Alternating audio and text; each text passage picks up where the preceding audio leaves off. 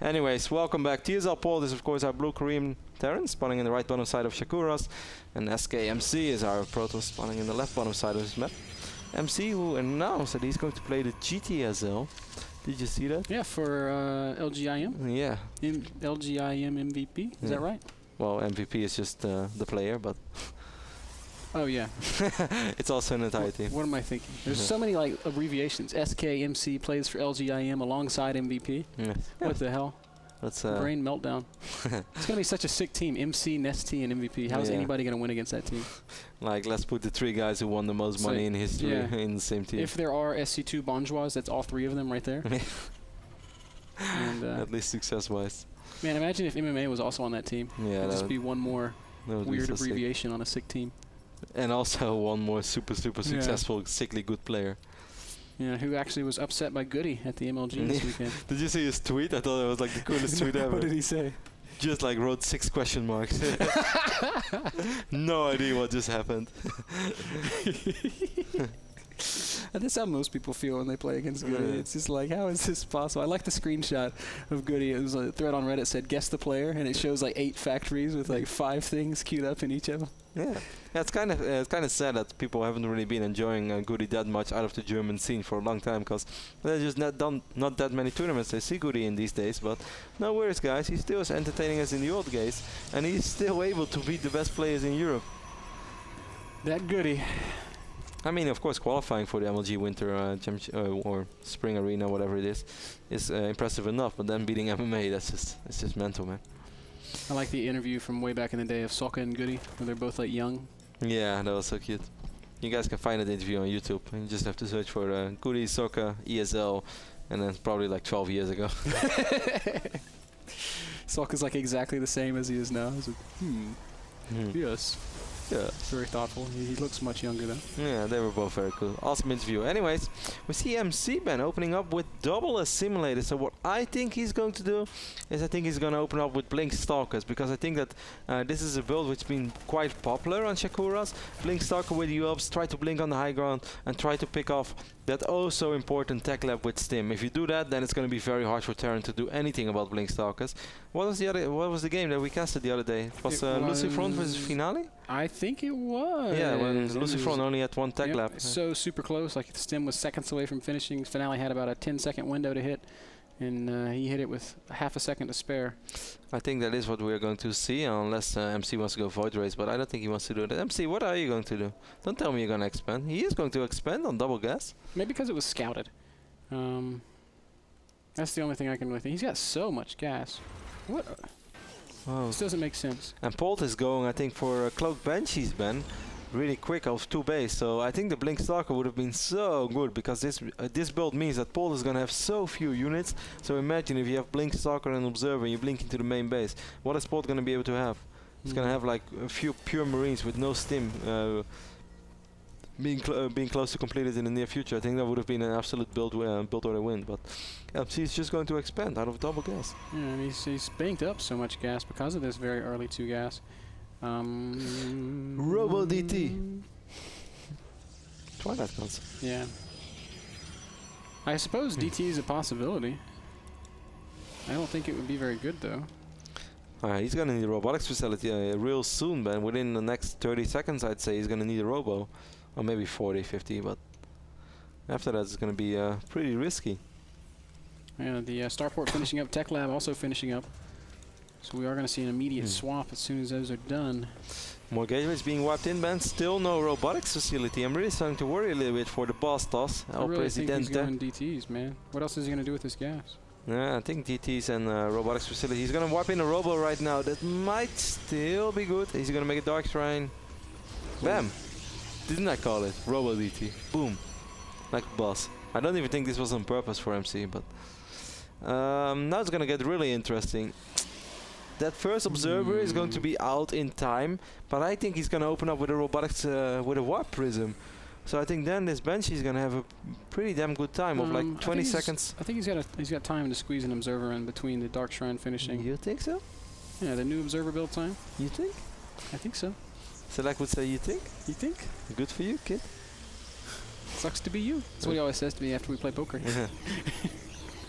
Well, it's gonna suck for MC if he doesn't make an observer. Let's see MC. He's gonna open up with the Warp Prism, man.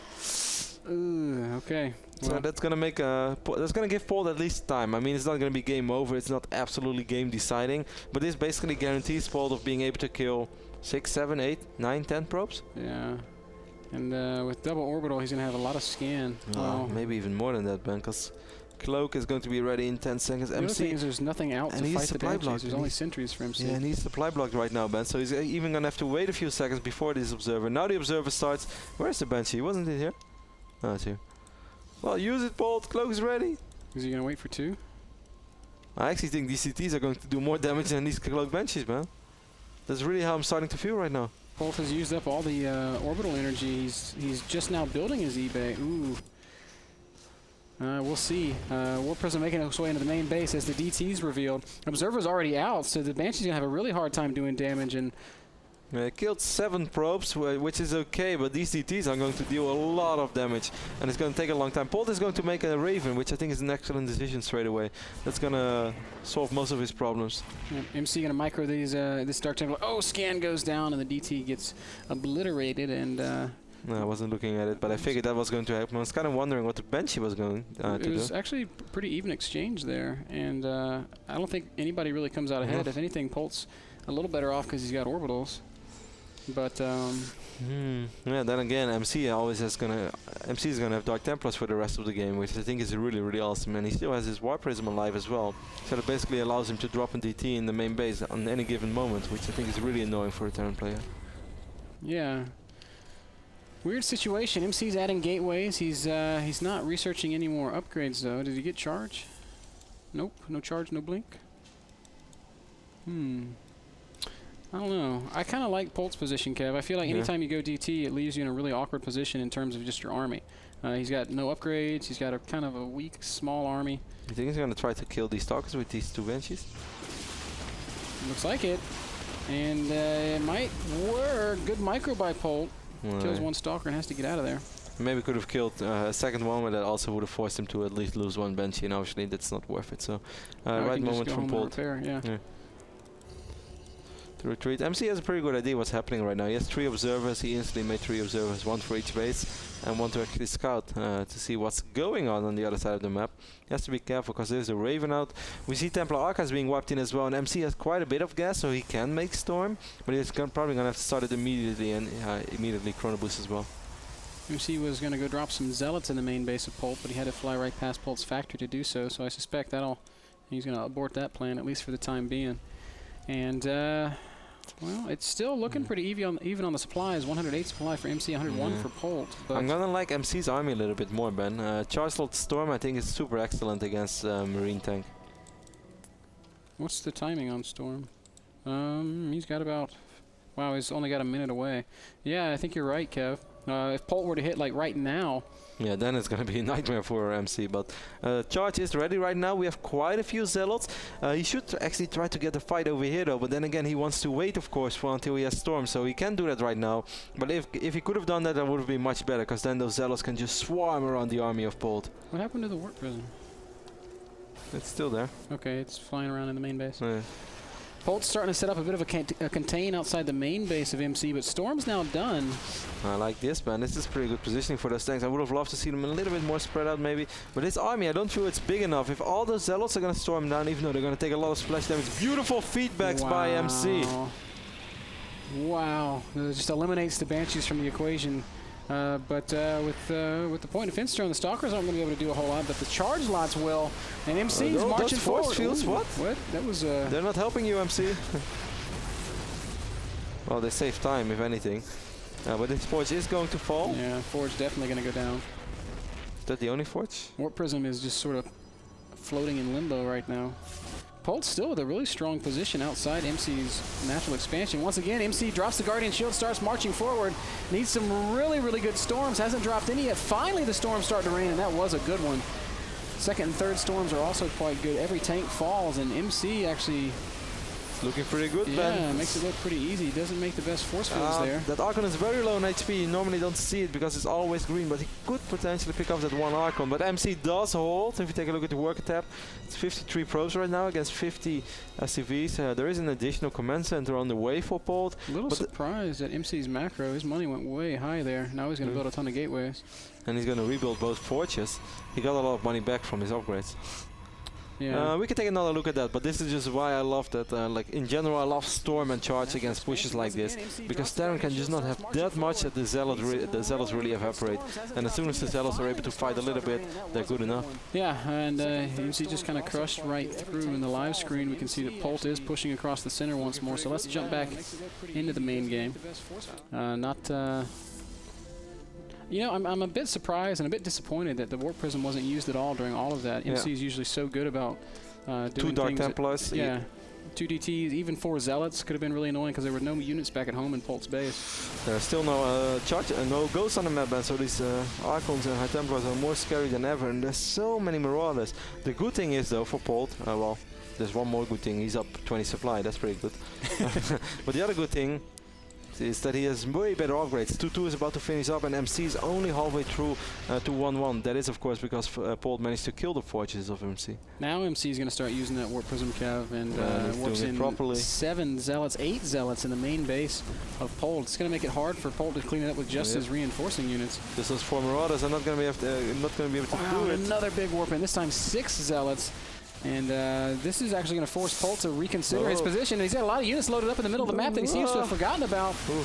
Oh my god, I almost made the mistake of a century, but that's not going to happen. MC's just going to back off over here, but these Zealots are going to die. Just having a field day in the main base, chopping everything to pieces. Polt having a real hard time dealing with this because there's so many of the Zealots. Big storms in the middle of the map. Ooh, catching so many units. Why does Polt have all those units in Medivacs, and now feedbacks are going down as well. The Marauder is so low in HP. MC is just steamrolling all over Polt right now. What the hell, Ben? Yeah, I have no idea what to really say. Polt's going to try a desperation drop in the main base, but MC's got so many gateways, I feel like he can just warp in Zealots and deal with it. Polt's taking damage from both sides. He's losing units in his main, losing units in his natural. Oh god, Polt really misplayed that whole scenario though. Oh, so many storms in the main base, and MC is just going to, I guess it doesn't really matter how much damage he takes here in his main, because there's no way Polt's going to stop this push to the front. Well, man, supply-wise, there's a lot of SCVs which are probably going to die real soon. A couple of Marauders, if we have a couple of Medivacs over here. Oh, if only there were some ghosts. DTs to defend with. Yes, that would have been pretty smart. He's going to lose power on most of these gateways. Supply-wise, though, Ben, this is still a pretty damn close game.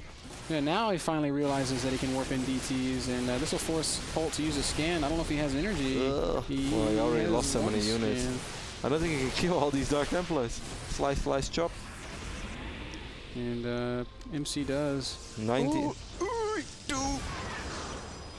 Wow, those Marauders that were right in that medevac were like, please don't shoot at us. Triple orbital remains, but the big problem for Polt is that all of his mineral patches are running so low. Wow, Polt could have really played that out better, much better.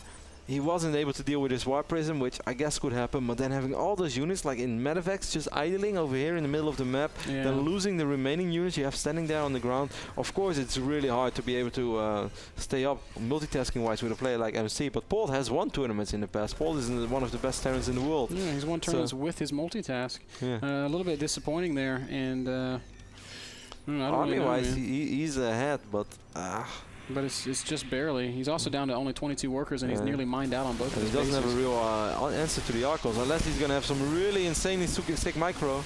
Yeah, he's trying. He's stutter-stepping like a boss.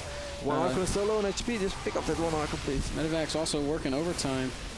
Well, this is pretty good for Polt. This fight. He's going to turn around and push once more. This is hard for MC, because MC is just going to get out microed, and that's not because he doesn't have micros, because he can't do much about it. Nice scan right there straight away, so he doesn't have to worry about the side block. He's going to pick up these remaining units as well. Where is MC warping in? Over here in the natural. Yeah, warping in a little bit in the natural, a little bit over at his third base. He's got a High Templar at the third base with enough energy for a storm. In a few seconds he will. It's just a couple seconds. His next is going to take a lot of damage. The army of Polt is kind of sandwiched right now, though, Ben. Oh my god, MC. Man, huge storm going down on a lot of those Marauders. Still, Polt microing so well, just making more High Templar are going to come. No more Storm's going to go down, though, as Polt's backed into a corner now. Nice pickup right there by Polt. Polt trying his best. I would have loved to see. Yeah, it wasn't really possible. MC didn't give him the time. He's still got the army lead. I wanted to say that I would have loved to see him pick off the Nexus, but it just wasn't possible. MC was everywhere. Yeah, and with the Templar coming up to support, that's a fight that would have been a big risk. It's and Polt is so Marauder heavy. Oh, he's gonna pick off those high Templars at least with beautiful storms by MC once just more. Awesome storms, like something out of a micro challenge. MC crushes that fight, and all of a sudden he's way ahead in actual supply and in army supply. And Polt actually secures the third base even. I didn't even see him build a third command center, man. No, it was in his main base all along, man. Ah. And so he does have somewhere to go. Yeah, but how many SUVs is... he's 28 right now, so he's been building a few. Yeah. And triple orbitals, not bad. The problem is he doesn't have a Ghost Academy, and that really is what could have saved him throughout this entire game. Because he has a ton of Marauders against Zealot Archon. That's like the worst thing that could happen for Terran. Yeah, but he's been microing so well. Yeah, but eventually it's just a fight that you can't really deal with anymore. And he's gonna have 3-2 upgrades tonight, right now, though. That's huge. 3-2 against 1-1 for MC. Yeah, MC is not as rich. He's stopped upgrading. He's just stopped at 2-2. How many gateways does MC have? He's up to like 12 gates, 13. He's got a ton of gateways. There's a Warp Prism again on the top side of the map. Paul is going for the third armor upgrade as well now. Does he see that observer? Well, even if he sees it, he probably wouldn't be able to kill it with plus those 3 attack is so huge.